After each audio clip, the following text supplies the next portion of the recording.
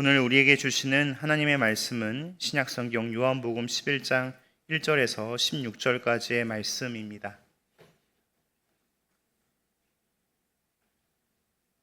이제 제가 하나님의 말씀을 봉독하겠습니다. 어떤 병자가 있으니 이는 마리아와 그 자매 마르다의 마을 베다니에 사는 나사로라. 이 마리아는 향유를 주께 붓고 머리털로 주의 발을 닦던 자요, 병든 나사로는 그의 오라버니더라. 이에 그 누이들이 예수께 사람을 보내어 이르되 주여 보시옵소서, 사랑하는 자가 병들었나이다 하니 예수께서 들으시고 이르시되 이 병은 죽을 병이 아니라 하나님의 영광을 위함이요 하나님의 아들이 이로 말미암아 영광을 받게 하려 함이라 하시더라. 예수께서 본래 마르다와 그 동생 나사로를 사랑하시더니 나사로가 병들었다 함을 들으시고 그 계시던 곳에 이틀을 더 유하시고 그 후에 제자들에게 이르시되 유대로 다시 가자 하시니 제자들이 말하되 랍비여, 방금도 유대인들이 돌로 치려 하였는데 또 그리로 가시려 하나이까? 예수께서 대답하시되 낮이 12시간이 아니냐? 사람이 낮에 다니면 이 세상의 빛을 봄으로 실족하지 아니하고 밤에 다니면 빛이 그 사람 안에 없는 고로 실족하느니라. 이 말씀을 하신 후에 또 이르시되 우리 친구 나사로가 잠들었도다. 그러나 내가 깨우러 가노라. 제자들이 이르되 주여, 잠들었으면 낫겠나이다 하더라. 예수는 그의 죽음을 가리켜 말씀하시는 것이나 그들은 잠들어 쉬는 것을 가리켜 말씀하신 줄 생각하는지라. 이에 예수께서 밝히 이르시되 나사로가 죽었느니라. 내가 거기 있지 아니한 것을 너희를 위하여 기뻐하노니 이는 너희로 믿게 하려 함이라. 그러나 그에게로 가자 하시니 디두무라고 하는 도마가 다른 제자들에게 말하되 우리도 주와 함께 죽으러 가자 하니라. 아멘.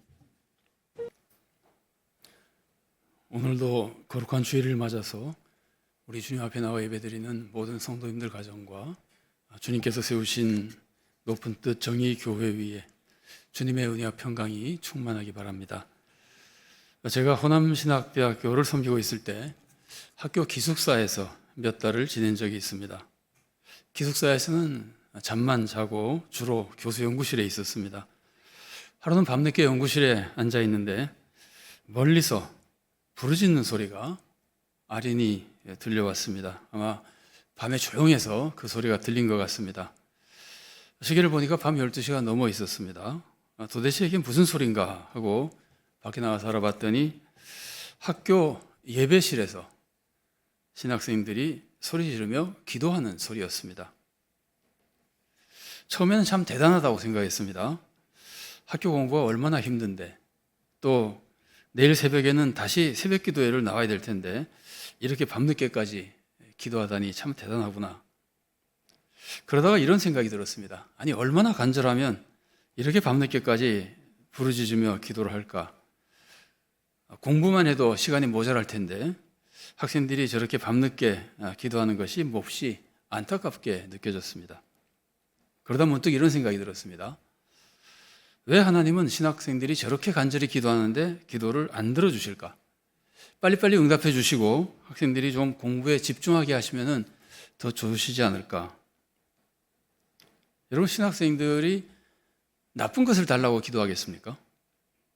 그렇지 않습니다. 신학생들의 기도는 대부분 학업을 위한 기도거나 섬기는 교회를 위한 기도입니다. 학비를 달라는 기도를 하는 학생들도 많이 있고, 공부를 좀 따라가게 해달라고, 공부를 잘할 수 있게 해달라고 기도하는 학생들도 많이 있습니다. 또 교회를 대부분 섬기고 있기 때문에 교회의 어려운 문제를 해결해달라고 기도하기도 하고, 또 어려운 성도들을 위해서 기도하기도 합니다. 다 좋은 기도입니다. 이 기도가 응답되면은 하나님 나라가 확장되는데 유익할 겁니다. 그런데 왜 하나님이 안 들어주실까요? 신학생들은 믿음이 약해서 그런 걸까요? 여러분, 혹시 이런 말 들어보신 적 있습니까? 세상에서 가장 센 기도는 전도사들의 기도다. 그런 말 아마 들어보신 적 없을 겁니다. 왜냐하면 그건 전도사들끼리 하는 얘기이기 때문에 그렇습니다. 근데 그게 좀 일리가 있어요. 왜냐하면 신학교에 갓 들어온 전도사들은 정말 물불 가리지 않는 열정적인 믿음을 가지고 있거든요. 자, 그런데 왜 하나님은 신학생들의 이 간절한 믿음의 기도, 정말 들어주시면 분명히 하나님 나라를 위해서, 교회를 위해서 유익할 것 같은데 좋은 그 기도를 안 들어주시는 걸까요? 오늘 우리가 읽은 본문 말씀에서 우리는 그것에 대한 주님의 뜻을 한 가지 배울 수 있습니다.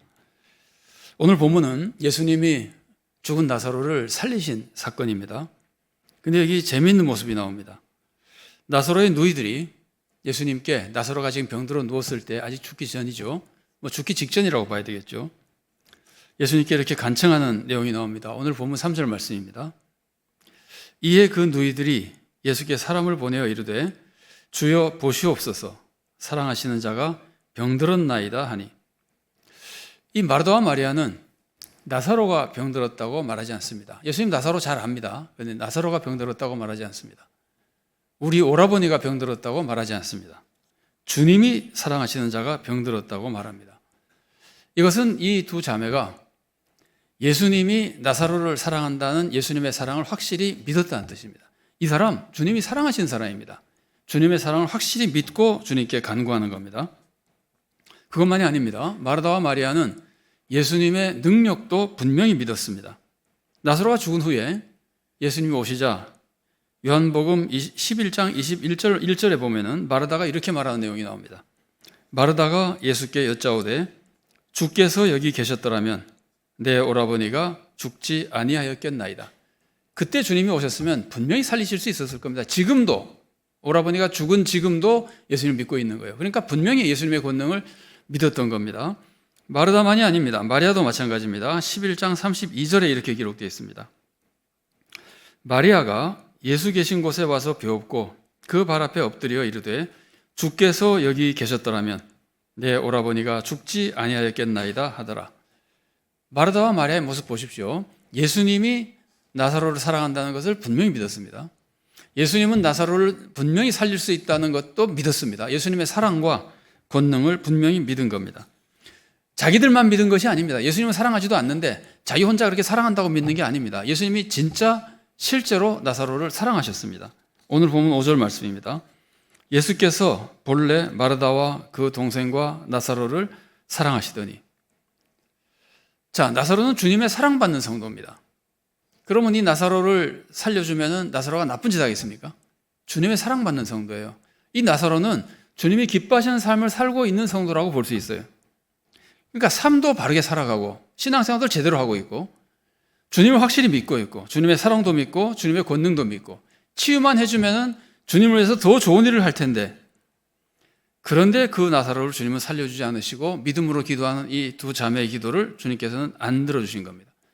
그 간구를 듣고도 그냥 거기 계속 기다리시면서 나사로가 죽기까지 기다리신 겁니다. 나사로를 살려주겠다는 것이 아니라 나사로가 죽기를 기다리시는 겁니다. 왜 예수님은 이 사람들의 기도를 들어주지 않으시고 나사로가 죽게 만드셨을까요? 이 사람들을 사랑하기는 했지만 조금 사랑해서 그럴까요? 그렇지 않습니다. 이 사람들을 너무나 크게 사랑하셨기 때문입니다. 예수님은 이 사람들의 기도를 듣지 않음으로써 이들이 상상도 하지 못한 은혜를 받게 해주십니다. 마르다와 마리아 혹은 나사로까지 상상했던 것은 이 어려운 병이지만 주님이 와서 고쳐줄 수 있다는 걸 상상해요. 그게 이 사람들이 상상한 최고봉의 상상이었어요. 근데 주님의 뜻은 그들이 상상도 하지 못했던 죽었다가 살아나는 것을 이루어 주신 거예요. 나사로가 죽었다 살아났다고 하는 것이 얼마나 대단한 체험입니까? 인류 역사상 그런 체험한 사람이 별로 없잖아요. 구약에 2명, 신약에 한 3명 정도, 5명?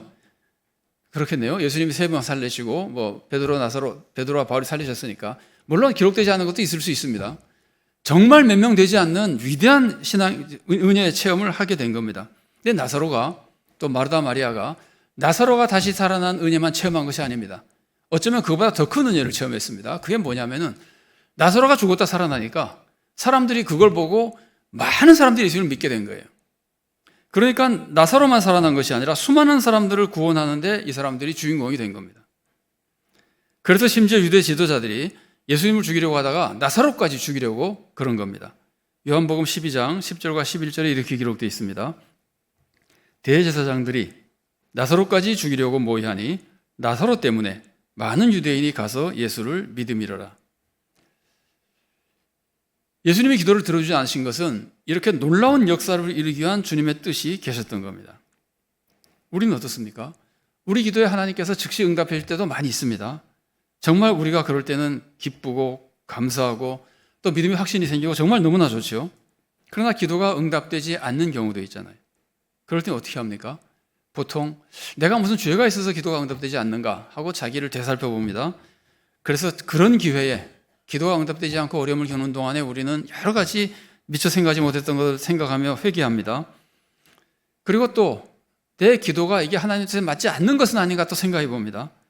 그런데 아무리 회개하고 아무리 생각해도 이 기도가 하나님 뜻에 맞는 좋은 기도인데 하나님이 응답해 주지 않으실 때가 있습니다. 속이 상합니다. 가슴이 답답합니다. 왜 하나님은 분명히 올바른 기도고 내가 정말 하나님 믿고 하나님의 영광을 위해서 기도하는데 들어주지 않으실까? 이유는 딱 한 가지입니다. 우리에게 더 좋은 것을 주기 위해서입니다. 사실은 그것보다 더 큰 이유는 하나님께서 그를 통해서 더 큰 영광을 받으시기 위해서입니다. 나사로가 살아나지 않고 그때 병이 고쳐지지 않고 죽었다 다시 살아나니까 하나님께서 더 큰 영광을 받으셨잖아요. 예수님도 더 큰 영광을 받으셨잖아요.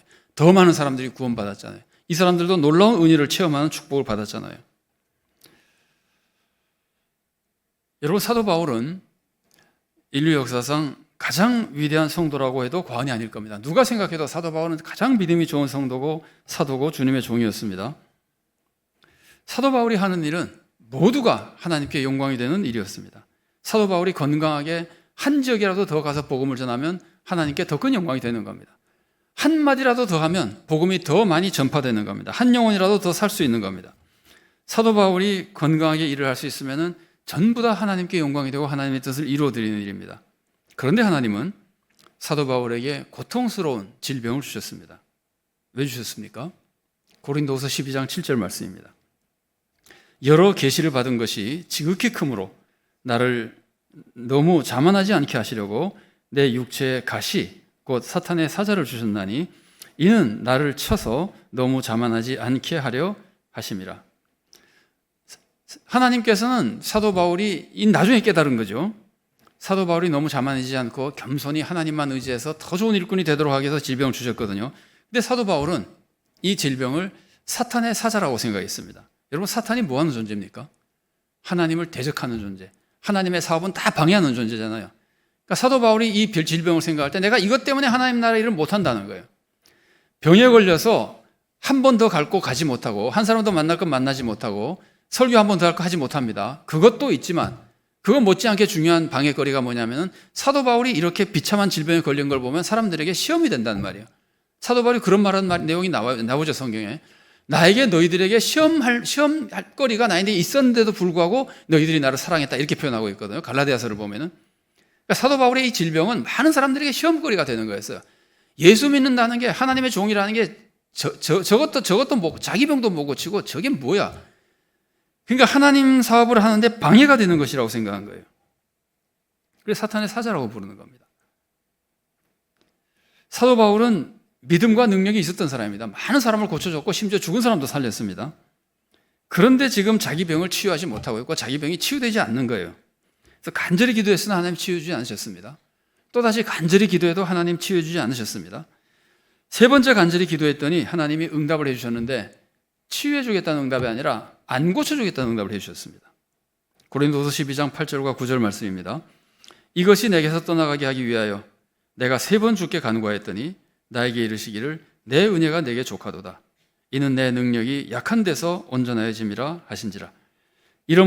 그러므로 도리어 크게 기뻐함으로 나의 여러 약한 것들에 대하여 자랑하리니 이는 그리스도의 능력이 내게 머물게 하려 함이라. 왜 하나님이 바울을 고쳐주지 않으셨습니까? 사도 바울이 병이 나와서 더 건강하게 더 힘차게 일하면 하나님 나라에서 더 많은 일을, 더 선한 일을 더 크게 할 수 있을 텐데 하나님이 안 고쳐줬다는 말이에요. 그런데 하나님이 안 고쳐주신 것은 안 고쳐줘야 사실은 사도 바울이 더 큰 일을 할 수 있는 거예요. 하나님이 만일에 고쳐주시고 사도 바울이 계속 건강하게 더 주님의 일꾼으로 나서 승승장구 잘 나가면은 사도 바울도 넘어질 수 있다는 말이에요. 교만해지고. 지금도 여러분 좋은 사역자들이 정말 훌륭하게 사역을 잘 감당하다가 그 사역이 대성공을 이룬 후에 소위 말하는 외형적인 면으로 인간적인 눈으로 볼 때 크게 성공한 후에 넘어지는 사역자들이 얼마나 많이 있습니까? 오히려 사도 바울은 이 병이 있기 때문에 평생을 겸손하게 살 수 있는 겁니다. 그래서 오직 하나님만 의지하며 살 수 있는 겁니다. 그러니까 사도 바울은 몸이 약해서 일을 더 못해도 그것 때문에 막 속이 상해도 오히려 그것 때문에 오직 하나님만 의지하고 매달리기 때문에 오히려 그로 인해서 하나님을 더 크게 영화롭게 할 수 있고 더 큰 일을 할 수 있고 더 위대한 종이 될 수 있었던 겁니다. 하나님은 우리 기도에 항상 가장 좋은 것으로 응답해 주십니다. 부모가 자녀에게 나쁜 걸 줄 리가 없잖아요. 하물며 우리보다 비교가 안 되게 더 좋으신 아버지신 하나님이 어떻게 나쁜 걸 주시겠습니까? 그래서 아직 하나님께서 안 들어주시면은 지금 안 들어주시는 것이 우리에게 최고의 축복이기 때문에 그것으로 인하여 하나님이 더 큰 영광을 받으실 수 있기 때문에 안 들어주시는 겁니다. 늦어져도 그것이 최고의 축복이기 때문에 늦어지는 겁니다. 이런 모든 과정을 통해서 하나님은 오히려 더 큰 영광을 받으시고 우리들에게는 더 큰 은혜를 내려주시는 겁니다. 다만 우리가 하나님의 그 뜻을 모르기 때문에 그 이후에 얼마나 큰 영광이 나타날지는 모르기 때문에 우리 눈에 그것이 가려져 있기 때문에 우리에게는 그것이 주님의 그 뜻이 우리들에게는 숨은 뜻이 되는 겁니다. 여러분, 주님은 우리가 알지 못하는 숨은 뜻을 가지고 있습니다. 그런데 그것이 항상 하나님께는 영광이요 우리들에게는 큰 축복이 되는 뜻입니다. 우리는 우리가 알지 못하는 그 주님의 숨은 뜻이 항상 우리들에게 선을 이루시는 그 주님의 숨은 뜻이 있다는 것을 신뢰하고 믿어야 됩니다. 내가 이해할 수가 없어도 나를 향한 하나님의 사랑, 나를 향한 주님의 놀라우신 권능, 선하심을 믿어야 됩니다. 그리고 그 믿음으로 아무리 어려워도 낙심하지 말고 계속해서 주님을 신뢰하고 사랑하며 순종해 나가야 됩니다. 그럴 때 주님의 숨은 뜻이 나타나고 하나님의 영광이 드러나며 우리들에게 놀라운 축복이 임하게 되는 겁니다. 오늘 본문에서 그 주님의 숨은 뜻이 나타날 때 나사로가 살아나고 하나님과 예수님이 더 큰 영광을 받으시며 자매들과 이웃의 많은 사람들에게도 구원의 축복이 임했던 것과 마찬가지입니다. 이게 오늘 본문이 가르쳐주는 첫 번째 주님의 숨은 뜻입니다. 그런데 오늘 본문에는 주님의 숨은 뜻이 또 한 가지 나타납니다. 자, 오늘 본문은 예수님이 유대 종교자들을 피해서 요단강 건너편으로 오신 다음에 일어난 사건입니다. 오늘 우리가 11장을 읽었는데 10장 마지막 부분 쪽에 보면은 요한복음 10장 39절과 40절에 이렇게 기록되어 있습니다. 그들이 다시 예수를 잡고자 하였으나 그 손에서 벗어나 나가시니라. 다시 요단강 저편 요한이 처음으로 세례 베풀던 곳에 가사 거기 거하시니. 이 유대 지도자들이 예수님을 죽이려고 하기 때문에 예수님이 피해서 오신 거예요. 이건 예수님 자기 목숨 아껴서 그런 것이 아니라 예수님의 십자가의 때에 맞추기 위해서, 아직은 죽으면 안 되거든요. 그래서 지금 오신 거예요. 그런데 피해서 지금 왔는데 지금 예수님이 다시 나사로를 살리기 위해서 유대 지방으로 다시 가자 그러시는 겁니다. 그러니까 제자들이 뭐라 그럽니까? 제자들이 결사반대합니다. 오늘 보면 11장 8절 말씀입니다. 제자들이 말하되 랍비여 방금도 유대인들이 돌로 치려 하였는데 또 그리로 가시려 하나이까? 가면 안 된다는 거죠. 반대하고 있습니다. 그러자 예수님이 기가 막히는 말씀을 하십니다. 오늘 본문 9절 말씀입니다. 예수께서 대답하시되 낮이 12시간이 아니냐? 사람이 낮에 다니면 이 세상의 빛을 보므로 실족하지 아니하고. 낮에 다니면 빛 속에 있기 때문에 넘어지지 않는다는 뜻입니다. 멸망당하지 않는다는 뜻입니다. 근데 왜 예수님이 이 말씀하십니까? 예수님이 가려 그럴 때 제자들이 가지 말자 그러잖아요. 제자들 안 가려고 그러거든요. 예수님이 유대로 가려고 할 때 죽는다고 안 가려고 하는 제자들에게 이 말씀을 하시는 겁니다. 그래서 이 말씀의 뜻은 세상의 빛이 누구냐? 세상의 빛이 누굽니까? 예수님이잖아요. 요한복음 9장 5절 말씀입니다. 내가 세상에 있는 동안에는 세상의 빛이로라. 이미 다 알려주셨어요. 예수님이 세상의 빛이에요. 내가 세상의 빛이기 때문에 내가 있는 곳에 함께 있으면 비단에 있기 때문에 절대로 멸망당하지 않는다. 그러나 만일 내가 있는 곳에 따라가지 않고 너희들이 나를 떠나서 다른 곳에 가면 그것은 어두운 곳이, 빛이 없는 곳이기 때문에 너희들은 멸망당한다는 거예요. 그러니까 내가 지금 유대로 가려고 할 때 너희들이 죽는다고 안 간다 그러면은 진짜 안 가면 너희들은 멸망당한다는 거예요. 오히려 나를 따라가는 것이 생명의 길이라는 거예요. 그걸 예수님께서 제자들에게 지금 가르쳐주고 계시는 겁니다. 그러자 도마가 이상한 말을 합니다. 우리도 주와 함께 죽으러 가자. 이게 지금 도마가 믿음이 좋은 겁니까? 믿음이 나쁜 겁니까? 조금 뉘앙스를 알기가 좀 어려운 면도 있어요. 도마가 원래 평소에 믿음이 굉장히 좋았나요? 가장 먼저 나가자고 막 앞장서던 사람인가요? 우리가 도마의 캐릭터를 좀 알죠. 그런데 더 중요한 것은 우리가 지금 이 본문을 읽으면서 아는 것이 예수님이 지금 유대 지방으로 가는 게 죽으러 가는 겁니까? 살리러 가는 겁니까? 살리러 가잖아요. 나사로를 살리겠다고 가시는 거거든요. 죽으러 가는 건 나중에 갑니다. 나중에 십자가를 지러 갈 때 죽으러 가시는 겁니다. 그런데 지금 도마는 예수님을 따라가지 않기도 그렇고 예수님 정말 예수님의 제자로서 따라가긴 따라가야 되는데 가기 싫단 말이죠. 그러니까 불편한 마음을 표현한 겁니다. 우리도 주님을 따라 죽으러 가자. 주님 죽으러 가는 거 아닙니다. 그래도 지금 그런 마음으로라도 도마가 따라갔으니까 도마가 살았지. 만일 이때 도마가 예수님 따라갔다 죽겠다고 해서 예수님을 떠나가 버리면 도마는 진짜 죽는 겁니다. 영원한 파멸당하는 겁니다. 여러분, 예수님만 세상의 빛입니다. 빛이신 예수님을 따라가야만 살 수 있는 겁니다. 그런데 예수님을 따르는 사람, 그 사람만 사는 것이 아니라 내가 예수님을 따라가면 나만 사는 것이 아니라 예수님을 따라감으로써 많은 다른 사람도 살릴 수 있게 되는 겁니다. 지금 예수님이 유대로 가시는 것은 살리기 위해서인데 나사로를 살리기 위해서이기도 하지만 나사로만 살리는 게 아닙니다. 나사로를 살림으로써 주님이 영광을 받으시고 수많은 사람들을 살리기 위해서요. 나사로 한 사람 살리기 위해서가 아니에요. 수많은 사람을 구원하기 위해서 예수님께서 지금 가시거든요. 이때 제자들이 예수님을 따라가야 제자들도 세상을 구원하는 제자가 될 수 있는 겁니다. 우리도 마찬가지입니다. 나만 살려고 예수님을 떠나면 나도 살 수 없고 세상도 구원할 수 없습니다. 예수님 말씀대로 따르는 것이 위험해 보여도 손해보는 것 같아도 그 속에 주님의 숨은 뜻이 있다는 것, 세상을 살리려는 주님의 숨은 뜻이 있다는 걸 알고 주님을 따라가야 됩니다. 그래야 나도 살고 세상도 살릴 수 있는 겁니다. 그런데 우리의 모습을 생각해 보면 우리가 예수님을 잘 따릅니까? 성경 말씀을 읽거나 설교 말씀을 들을 때 도저히 그렇게 살 수 없을 것 같은 말씀이 많이 나오죠. 그러면 우리는 어떤 생각을 합니까? 혹시 이런 생각합니까? 주님, 지금 세상에서는 그렇게 못 삽니다. 그렇게 살다가는 죽습니다. 만일 우리가 그렇게 생각한다면 한번 다시 생각해 보십시오. 정말 우리가 주님이 말씀하신 대로 살아가면 죽는 걸까요? 주님의 말씀대로 살면 죽을까요? 정직하게 살면 죽을까요? 이웃을 사랑하면 죽을까요? 양보해주면 죽을까요? 절대 그렇지 않습니다. 세상 눈으로 볼 때 죽을 것 같이 보이는 겁니다. 그런데 세상 눈이 어떤 눈이에요? 세상 눈에 빛이 있습니까? 없잖아요. 빛은 예수님께만 있는 거잖아요. 세상 눈으로 본다는 건 어두움 속에서 잘못 보고 있다는 거예요. 사실을 제대로 보지 못하고 있고 진리를 보지 못하고 있는 거예요. 그러니까 세상 눈으로 보면 죽는 것처럼 보이는 거예요. 그거 어두워서 못 봐서 그러는 겁니다. 세상에서 죽을 길이라고 하는 것이 사실은 죽을 길이 아닙니다. 세상에서 살 길이라고 하는 것이 사실은 살 길이 아닙니다. 빛이 없어서 잘못 보고 있는 겁니다. 세상의 빛은 오직 예수님입니다. 예수님과 함께 다녀야 예수님의 빛 안에서 제대로 길을 볼 수 있는 겁니다. 그 빛 속에서 우리가 밝은 눈으로 보면 예수님을 따르는 게 진짜 생명의 길이고 축복의 길이라는 것, 하나님의 구원을 이루는 길이라는 것을 알 수 있습니다. 생각해 보십시오. 예수님이 세상을 다스리시는 주인이십니다. 그런데 예수님을 떠나고 어떻게 살 수 있습니까? 다스리시는 분이 주님이신데 주님을 떠나고 어떻게 살 수 있고, 주님을 떠나서 어떻게 성공할 수 있고, 주님을 떠나서 어떻게 평강을 누릴 수 있습니까? 주님의 길이 선한 길인데 주님의 선한 길을 버리고 악한 길을 가면서 어떻게 주님이 다스리는 세상에서 평강을 누릴 수 있습니까? 우리는 오직 예수님과 함께 다니며 예수님이 가르치신 대로 살아가야 우리도 영생을 얻고 세상을 구원하며 이 세상에서 정말 가치 있는 인생을 살아갈 수 있게 되는 겁니다. 여러분, 주님의 생각은 우리 생각과 다릅니다. 이사야 55장 9절 말씀입니다. 이는 하늘이 땅보다 높음 같이 내 길은 너희의 길보다 높으며 내 생각은 너희의 생각보다 높으니라. 너희가 도저히 이해할 수 없다는 거예요.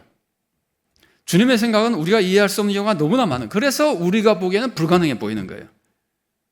그렇게 살면 죽을 것 같은 말씀도 있는 거예요. 그러나 주님이 불가능한 게 어디 있습니까?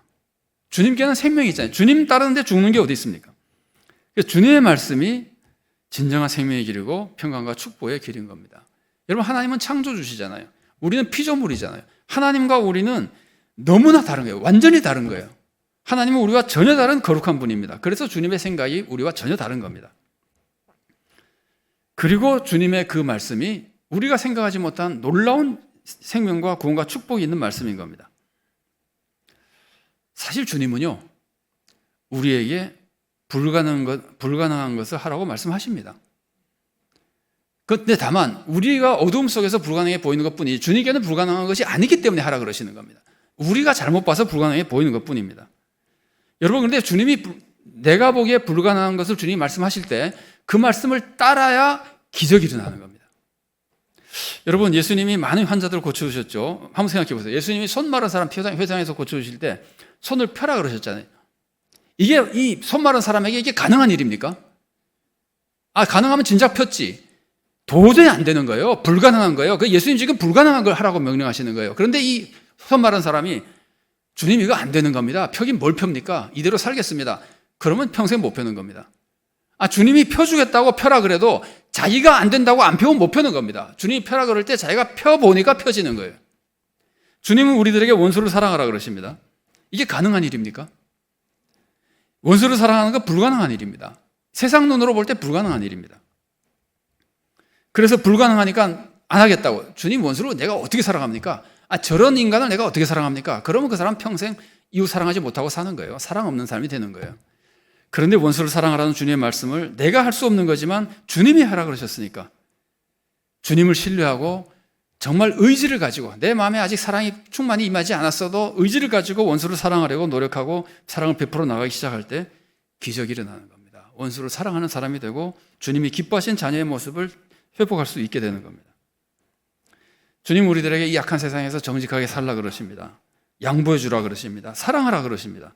이게 세상에서 지혜로운 삶입니까? 그러다가 다 망한다고 바보 같은 삶이라 그러죠. 사람들이 비웃죠. 그러나 그것은 어둠 속에서 보는 사람들이 몰라서 그러는 것이고 주님의 비단에서는 그 안에 주님의 숨은 뜻이 있는 겁니다. 주님을 영화롭게 하고 우리가 구원을 얻고 세상을 구원하는 주님이 정말 세상에 이루고자 하시는 놀라운 주님의 구원과 축복의 길이 일어나는 그 역사의 축복의 말씀인 겁니다. 그런 말씀을 주님의 그 말씀을 정말 어렵고 힘든 것처럼 보여도 우리가 순종하려고 시도해 나갈 때 우리가 비로소 세상에서 소금과 빛의 사명을 감당할 수 있게 되는, 왜냐하면 주님이 기적을 일으켜 주시고 도와주시기 때문입니다. 주님은 우리를 극진히 사랑하십니다. 정말 우리를 위해서 놀랍게 선하고 복된 계획을 가지고 계십니다. 이건 마치 나사로를 사랑하시며 나사로와 그 가족과 그 주위의 많은 사람들을 위해서 그들이 상상도 하지 못한 위대한 계획을 가지고 계셨던 것과 똑같습니다. 우리들에게도 주님의 그런 위대한 계획을 주님이 가지고 계십니다. 다만 우리가 그것을 잘 몰라서 우리들에게는 주님의 숨은 뜻이 되는 겁니다. 그러나 그 주님의 숨은 뜻은 항상 우리에게는 최고의 축복이고 하나님께서는 하나님께는 가장 큰 영광이 이루어지는 길입니다. 우리가 그것을 믿고 주님을 따르는 겁니다. 주님이 우리들의 기도에 응답해 주시면 우리는 주님의 은혜를 체험하고 감사하며 주님을 다자 섬기면 됩니다. 그러나 주님이 응답해 주시지 않을 때, 응답이 늦어질 때, 그때도 우리는 주님의 선하심을 믿고 주님의 그 숨은 위대한 뜻을 믿고 순종하며 기도하며 나아가야 됩니다. 특히 주님의 말씀대로 산다는 것이 이 세상에서는 꼭 망하는 길 같고 바보짓 같고 안 될 것 같을 때, 그럴 때도 주님을 떠나지 말고 빛이신 주님만 따르며 주님의 뜻에 순종하며 바르게 살아가야 됩니다. 그러면 주님께서 기적을 일으켜 주실 겁니다. 반드시 우리들에게 새로운 사람이 되는 은혜를 내려주시고 우리로 인해 하나님 영광 받으시고 우리들에게는 우리가 상상하지 못한 은혜와 축복이 임하게 될 겁니다. 세상을 구원하는 소명까지 이루게 될 겁니다. 우리 모두가 항상 우리를 좋은 길로 인도하시는 주님을 믿고 늘 주님의 뜻에 순종하며 참된 성도로 살아갈 수 있기를 바랍니다. 그래서 하나님께 영광을 돌리고 우리도 생명을 얻으며 이웃에게도 생명을 전해주는 복된 성도로 살아갈 수 있기를 바랍니다. 같이 기도하시겠습니다.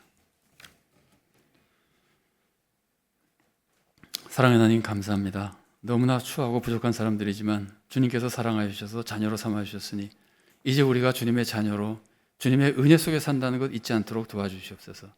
우리의 소원이 이루어지지 않고 우리들의 고통이 임하여도 우리가 주님의 자녀이기에 주님께서 선한 뜻을 가지고 선한 뜻을 이루어 가신다는 것을 잊지 않도록 도와주시옵소서. 어려움 속에서 낙심하지 않고 원망하지 않고 주님을 신뢰하며 소망 속에 기도하여 응답의 축복을 누리도록 도와주시고, 아버지 하나님, 어려운 말씀도 이 세상에서는 불가능한 것처럼 보이는 말씀도 주님께서 명령하셨으니 우리가 의지를 가지고 주님을 믿고 신뢰하며 따르고 순종하게 도와주시고 그 안에서 주님께서 허락하신 기적을 체험하며 우리가 변화되고 세상이 변화되며 주님의 놀라운 역사가 일어나는 참된 성도로 살아나가도록 우리에게 은혜를 내려 주시옵소서. 그래야 우리가 구원의 길을 갈 뿐 아니라 세상을 구원하는 주님께서 맡겨주신 귀한 사명도 감당하는 자녀가 되도록 우리에게 은혜 내려 주시옵소서. 감사드리며 예수님 이름으로 기도드리옵나이다. 아멘.